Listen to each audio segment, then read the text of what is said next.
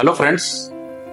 मिर्गी और दौरे, जब भी ये किसी आदमी को पहली बार पड़ता है तो जनरली ना आदमी को पता रहता कि क्या हुआ और ना ही उसके घर पे आसपास वालों को।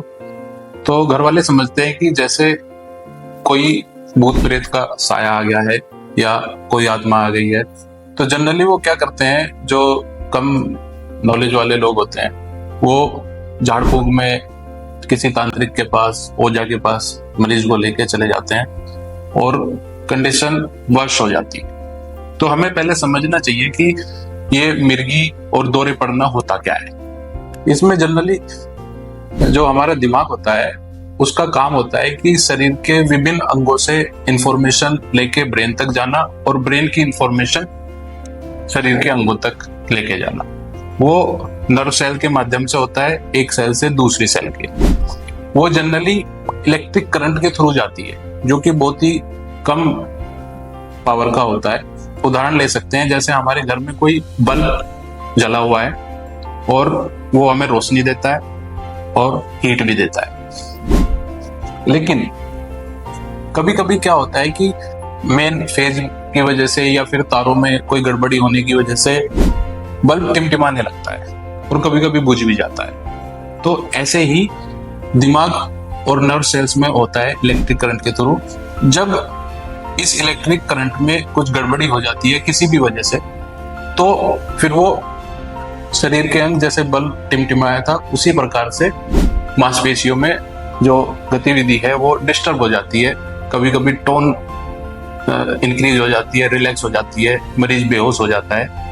इसे ही हम दौरा कहते हैं। जैसे मिर्गी के दौरे पड़ने लगते हैं, जिसकी वजह से मरीज बेहोशी में जा सकता है, मरीज के मांसपेशियों में कंपन होने लगता है, झटके लगने लगते हैं, उसका बिहेवियर चेंज हो जाता है और कभी कभी अलग अलग सेंसेशन भी आती है। तो ये मिर्गी होती है।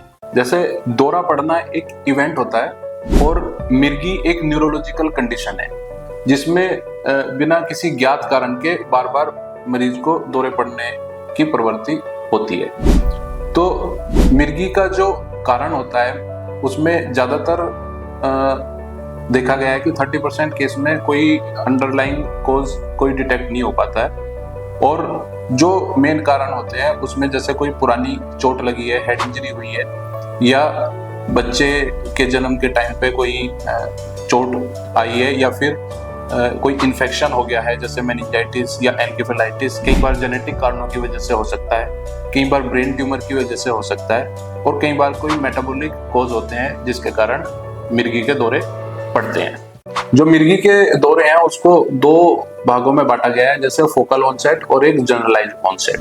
जो फोकल ऑनसेट दौरे होते हैं वो मोर कॉमन होते हैं।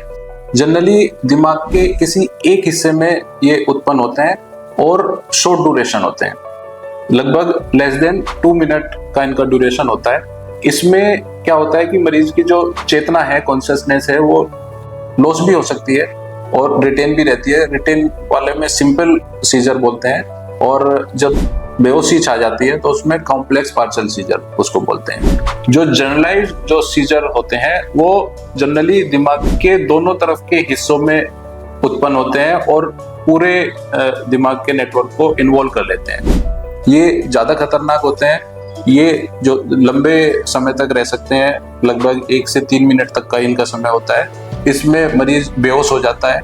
कई बार बॉडी के अलग अलग मूवमेंट होते हैं, कॉन्ट्रैक्शन, रिलैक्सेशन, और कई बार जीभ कटने की और पेशाब से कंट्रोल होने की समस्या भी इसमें आ सकती है।